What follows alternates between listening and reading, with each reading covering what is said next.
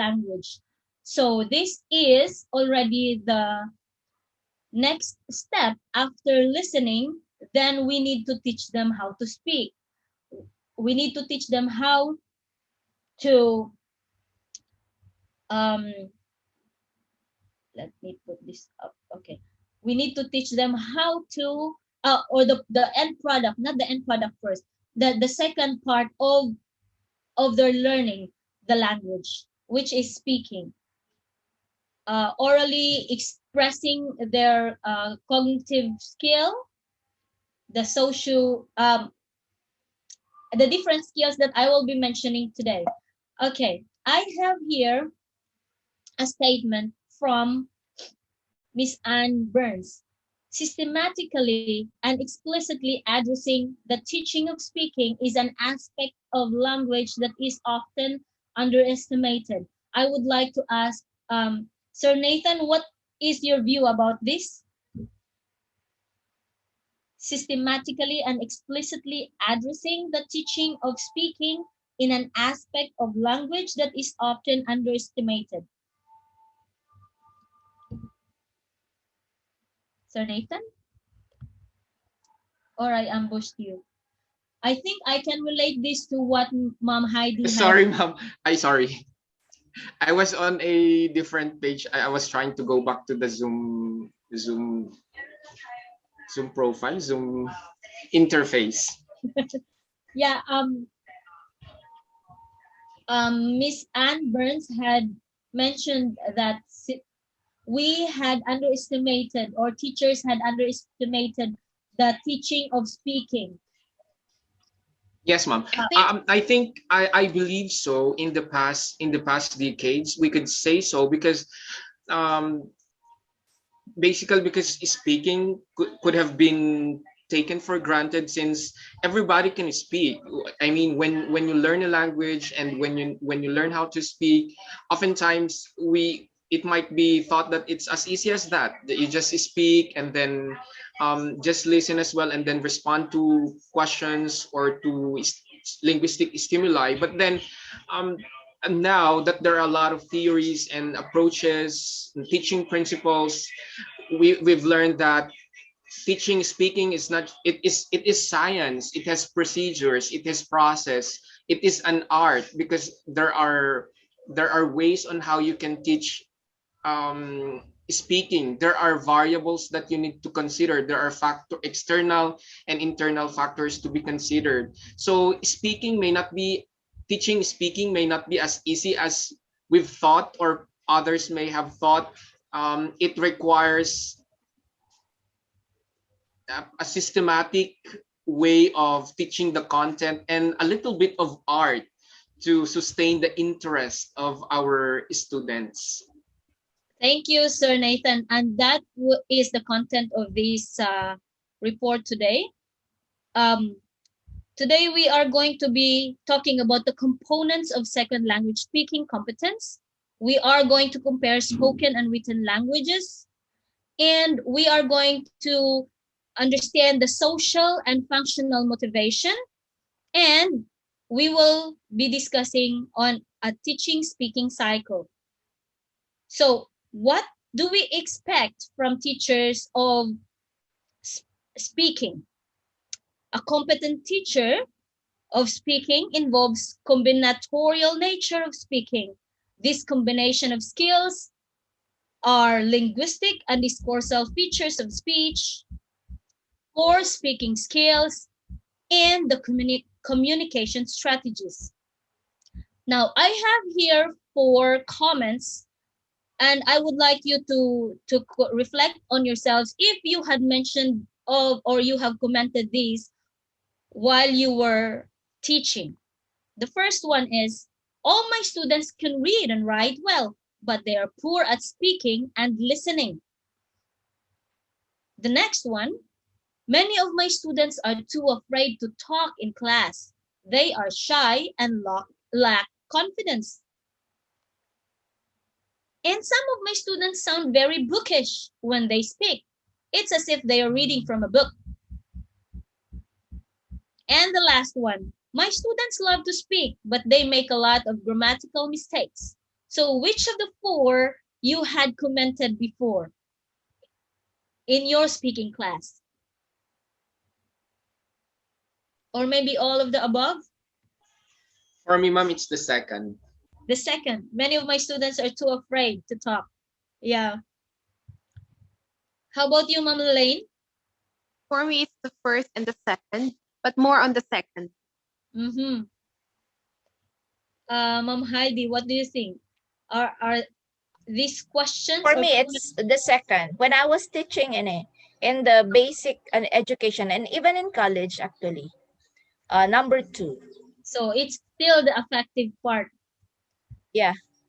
Um, it's I think cultural our our experiences had made us these less effective, less confident, as we say when we want in a discourse. And I can say that as in the professional part where meetings are being held, usually Filipino teachers are as quiet as the students we have on the in the classrooms, because aside from our colleagues are English native English speakers, we are so scared to have grammatical errors as we speak. Okay, did you know that speaking is highly complex and dynamic skill?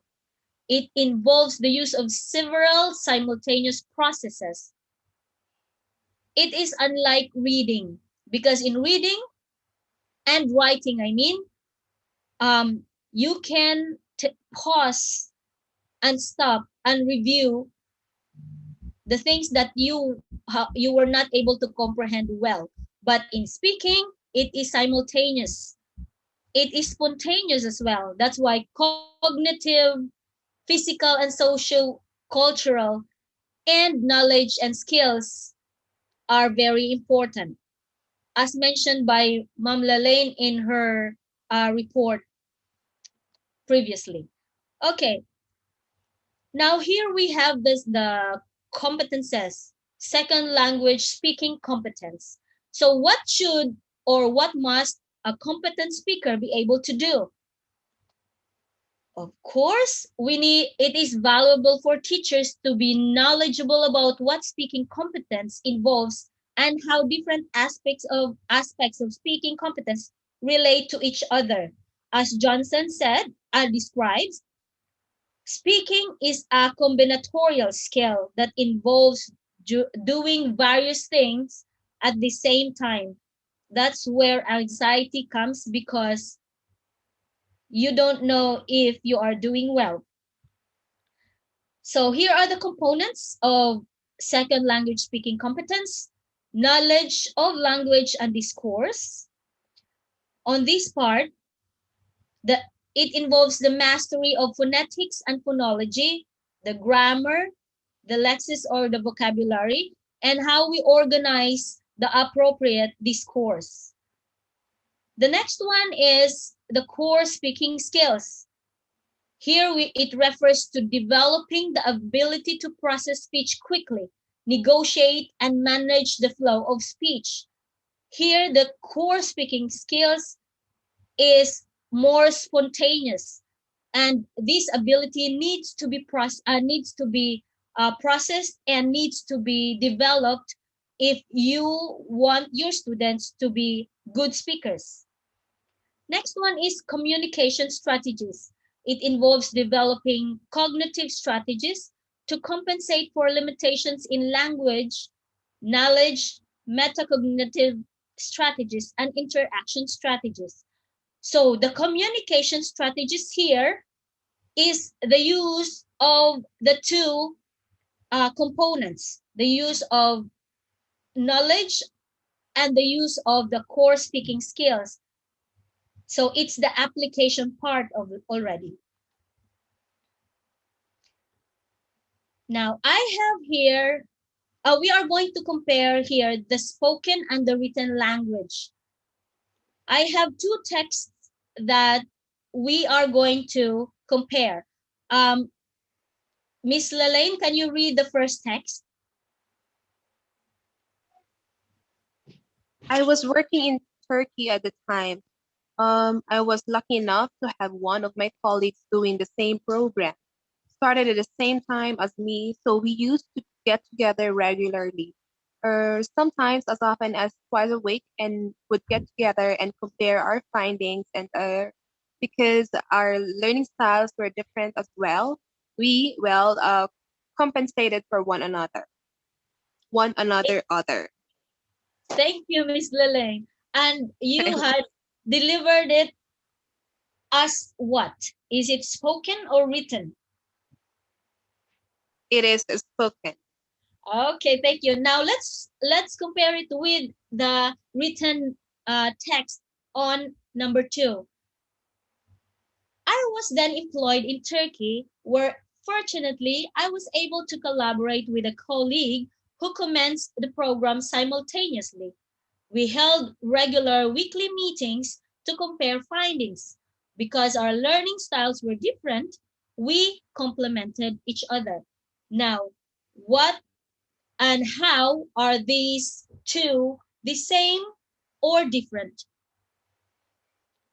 Sir Nathan. Um, the most obvious difference that I've seen would be the presence of vocalized poses and or fillers in text one, since this is a spoken language, does not exist in the and this does not exist in the second text, probably because in written sometimes it could be more formal, more academic and technical, and the writer can edit or rewrite the information, the statement. Unlike in speaking in spoken language, there is no That's why. opportunity to change what has already been said. Go Thank ahead, you, ma'am. Sir Nathaniel. So it is very valuable for language teachers to be aware of some of the main differences and of the features that typically characterize speech, as they will allow them to make more informed decisions about what to teach. So here are the typical features of spoken and written languages. On spoken language, the basic unit is the clause or the utterances, while on written language, the basic unit is the sentence. Spoken, we have clauses linked by conjunction and but so to build the text. But on written, we have clauses linked by subordination of who, we, when, etc. to build the text.